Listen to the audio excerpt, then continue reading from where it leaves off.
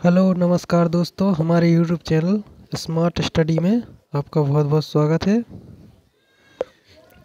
तो आज की क्लास में लेकर आए हैं रीजनिंग की श्रृंखला परीक्षा का।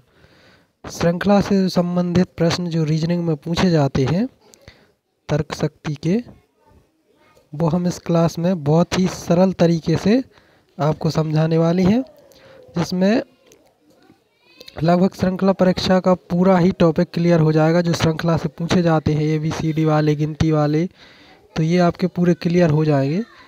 तो आपसे रिक्वेस्ट है कि यदि आप चैनल पर नए हैं तो हमारे चैनल को सब्सक्राइब जरूर कर लें, जिससे नया वीडियो आते ही आप तक पहुंच जाए और आपकी तैयारी बेहतर हो सके।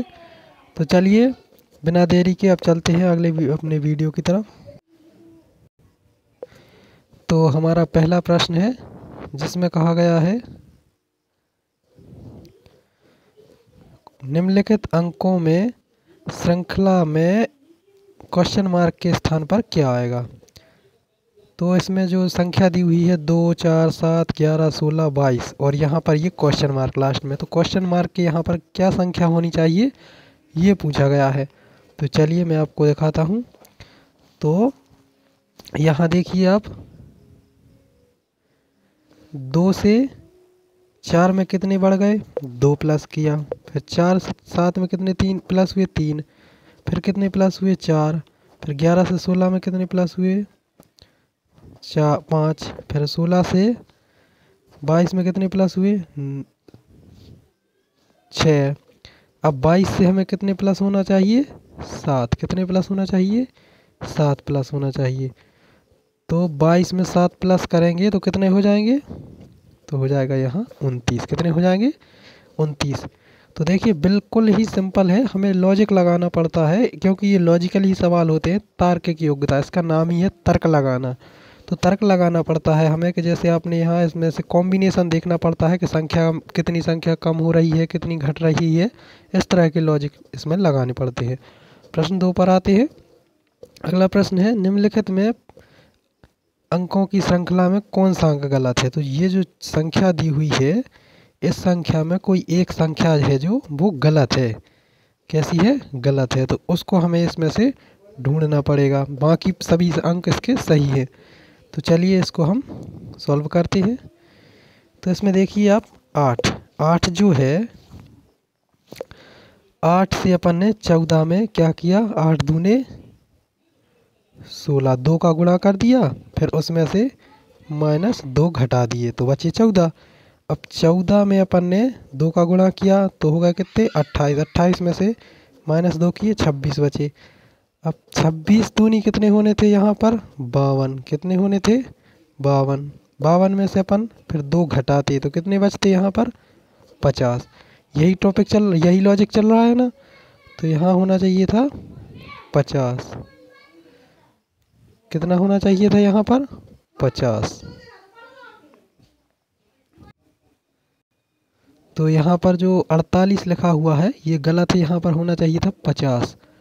ठीक है, तो आया समझ में। इस तरह के भी प्रश्न तर्क शक्ति से पूछे जाते हैं।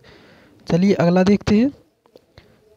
इसमें से जो संख्या जो श्रृंखला में जो अनुपयुक्त संख्या है हमें उसको देखना है। तो इसमें देखिए, इसमें जो 2 है 5, 10, 17, 26, 37, 50 और 64। तो इसका लॉजिक क्या है, यहाँ देखिए आप 2 है जो 2, तो 2 क्या है 1 का वर्ग है, 1 का वर्ग प्लस 1, तो 1 का वर्ग क्या हुआ 1 और प्लस जोड़ा तो हो गया 2। अब 2 इधर 2 का वर्ग कितना हो जाएगा, तो ये हो जाएगा 4 और फिर एक इसमें भी 1 प्लस कर देंगे तो 5, फिर इधर 3 का वर्ग हो जाएगा और इस साथ में सब में प्लस 1 करना ही है। फिर इधर 4 का 5, 6, 7, 8, तो यहाँ होना है 8 का वर्ग। ठीक है, तो ये देखिए आप 4 का वर्ग क्या हुआ 16 प्लस 1 17, 5 का वर्ग 25 और 1 26, 6 का वर्ग 36 और 1 37, 7 का वर्ग 49 और 1 50। सब 8 का वर्ग होगा कितना 64, 8 का वर्ग कितना होगा 64। ठीक है, अब 64 में 1 प्लस करना है, साथ सभी में प्लस किया ना, तो इसमें 1 करना है, तो यहाँ क्या होना चाहिए था 65, लेकिन यहाँ पर क्या लिखा हुआ है 64, जो कि गलत है। तो यही संख्या है जो वो गलत है। ठीक है, तो इसमें ये हमने देख लिया। आया समझ में? यदि आपको कोई डाउट होता है तो आप बेझिझक कमेंट में पूछ सकते हैं। चलिए अगला है, निम्नलिखित अक्षरों की संख्या में क्वेश्चन मार्क के स्थान पर क्या आएगा। तो देखिए दोस्तों, यहाँ पर YSPMJ और क्वेश्चन मार्क। तो यहाँ पर अपन को देखना है, जो श्रृंखला दी हुई है इसमें क्वेश्चन मार्क जो अपन को है देखना है। ठीक है, क्वेश्चन मार्क के इधर पर क्या आएगा, तो चलिए देखते हैं इसको। तो यहाँ लिखा है बाय कितने नंबर पर होता है 25 नंबर पर। एस कितने नंबर पर होता है, एस होता है 19 नंबर पर। कितने पर होता है एस होता है ABCD में 19 नंबर पर। पी कितने पर होता है 16 पर।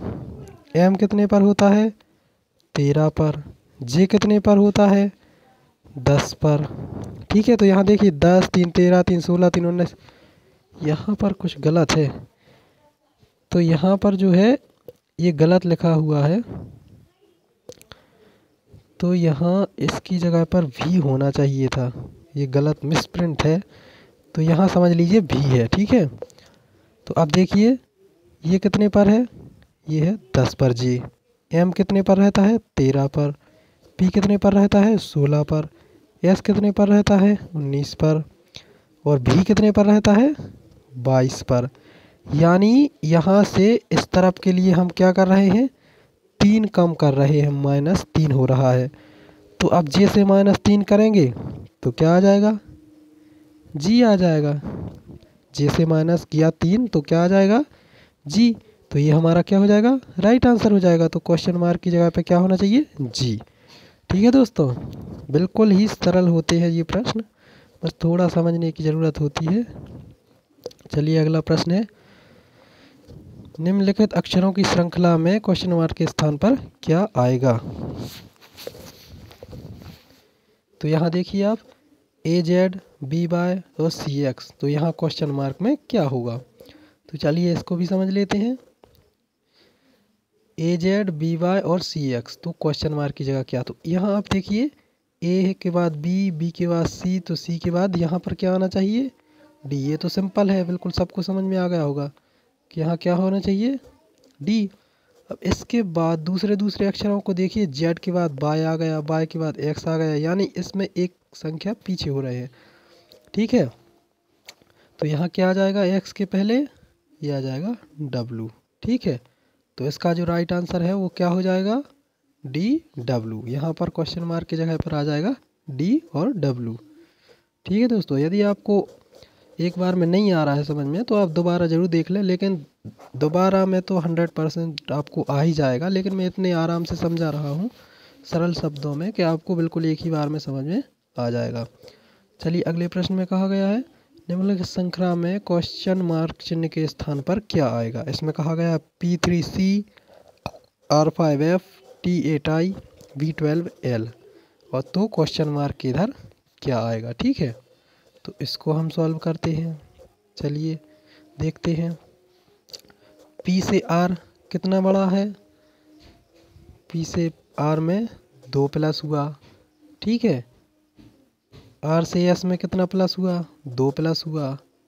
S से और T से V में कितना प्लस हुआ 2 प्लस हुआ। तो V से 2 प्लस अपन करेंगे तो क्या आ जाएगा W के बाद X। क्या आ गया, ये X आ गया। ये हो गई हमारी पहली संख्या। फिर इसके बाद देखिए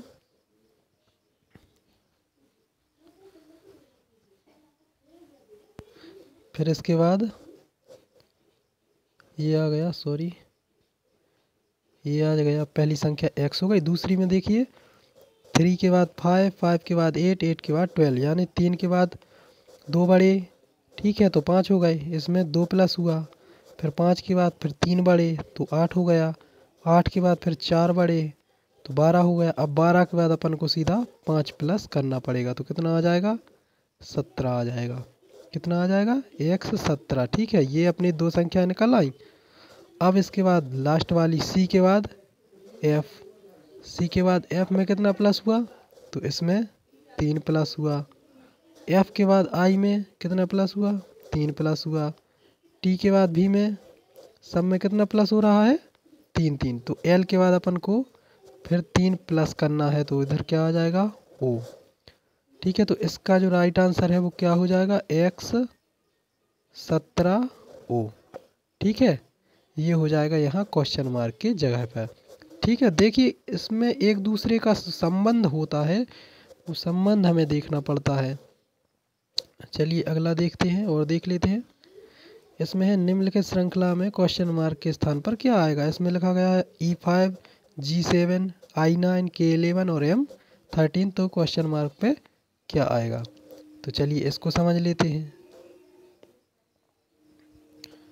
इसको देखिए E5 है, तो यहाँ देखिए E से G तक हम कितने बढ़े, FG 2 प्लस हुए।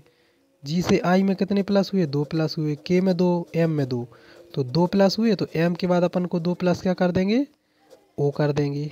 क्या आ जाएगा यहाँ, O आ जाएगा। ठीक है, अब यहाँ देखिए दूसरा है 5 से 7 में 2 प्लस, 7 से 9 में 2 प्लस, 9 से 11 में 2 प्लस, 11 से 13 में 2 प्लस। तो 13 से 2 प्लस हम कर देंगे, तो यहाँ क्या आ जाएगा, 15। तो कितना आ जाएगा इसका, O15। क्या आ जाएगा आंसर, O15 जी आ जाएगा क्वेश्चन मार्क की जगह पर। दोस्तों जो आपको थोड़े समझने में दिक्कत आती हो तो वो उनका स्क्रीनशॉट लेके रख लें, तो एक आध बार आपकी नज़र उस पर दोबारा से पड़ जाएगी तो आपको तुरंत समझ में आ जाएगा। चलिए अगला है निम्नलिखित श्रृंखला प्रश्नवाचक चिन्ह के स्थान पर क्या आएगा। तो यहाँ देखिए 9, 19, 30, 42, 55, 69। तो क्वेश्चन मार्क के स्थान पर क्या होगा, चलिए इसे भी देख लेते हैं। यहाँ देखिए यहाँ देखिए इनका संबंध कैसा होगा। 9 से आप देखिए 9 से कितने प्लस हुए, इसमें 10 हुए। ठीक है, फिर 10 से फिर 19 से 30 में कितने प्लस हुए, 11 प्लस हुए। ठीक है, फिर 30 से 42 में कितने प्लस हुए, 12 प्लस हुए। 42 से 55 में कितने प्लस हुए, 13 प्लस हुए। 55 से 69 में कितने प्लस हुए, 14 प्लस हुए। तो अब अपन को 69 में कितने प्लस होना पड़ेगा, 15 प्लस। तो 69 प्लस 15 कितना हो जाएगा जी, ये हो जाएगा 84। तो क्वेश्चन मार्क की जगह पर क्या हो जाएगा, 84। तो आंसर हमारा क्या हो जाएगा, 84। क्या हो जाएगा, 84। ठीक है, ये हो जाएगा हमारा आंसर। ये भी समझ में आ गया ना। चलिए अगला क्या है, अगला है इस श्रृंखला में प्रश्नवाचक चिन्ह के स्थान पर क्या आएगा। तो इसमें जो संख्या दी है वो है 13, 21, 29, 34, 43, 92 और 12। तो यहाँ पर क्वेश्चन मार्क की जगह पर क्या आएगा। ठीक है,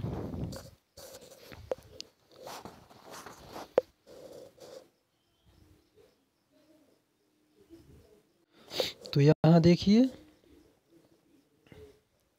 इसको हम समझ लेते हैं। ये भी बहुत सिंपल है। देखिए देखने में ज़रूर हमें लगता है कि यार इसमें तो कुछ भी संबंध नहीं है, लेकिन यदि हम देखें तो इनमें भी हर एक सवाल में कुछ ना कुछ इसके संबंध ज़रूर होता है। यहाँ थोड़ा नीचा कर लूँ मैं और यहीं से समझा देता हूँ आपको। अपन ने इसको यहाँ से क्या कर लिया, डिवाइड कर लिया। ठीक है, तो ये यहाँ से मिरर जैसा हो गया, इसका उल्टा सीधा। ठीक है, तो ये देखिए 34 का क्या हो गया, 43 हो गया। 29 का क्या हो गया, 92 हो गया। 21 का क्या हो गया, 12 हो गया। तो 13 का यहाँ क्या हो जाएगा, 31 हो जाएगा। ठीक है, बिल्कुल सिंपल है कि नहीं। चलिए इसको एक बार मैं फिर से समझा देता हूँ। 13 का यहाँ कितना हो जाएगा, 31। 21 का कितना हो जाएगा, 12। 29 का कितना हो जाएगा, 92। 34 का कितना हो जाएगा, 43 हो जाएगा। ठीक है, अब यहाँ से फिर देखिए आप 43 का क्या हो जाएगा, ये 34 हो जाएगा। 92 का कितना हो जाएगा, ये 92 का कितना हो जाएगा, 92 का हो जाएगा 29। ठीक है, 12 का हो जाएगा 21। और यहाँ जो 31 आ गया है, ये क्वेश्चन मार्क है, यहाँ हम लिख लेंगे 31। ठीक है, तो यहाँ देखिए इनको पलट कर देखिए, ये हो गया 34। ठीक है, ये ये 34, ठीक है, तो ये 43, ये 29, तो ये 92, ये 21, तो ये 12, ये 31, तो यहाँ भी 31 आना चाहिए कि नहीं, बिल्कुल क्रॉस मार्किंग हो गई ना।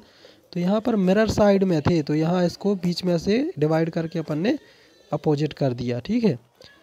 श्रृंखला 10 में कहा गया है, देखिए 10 में क्या है, B A dash B A dash B A C dash A C B dash C B A C में खाली स्थान पर क्या होगा। इसमें जो थोड़ा अलग पूछा गया है कि खाली स्थान पर क्या आएगा।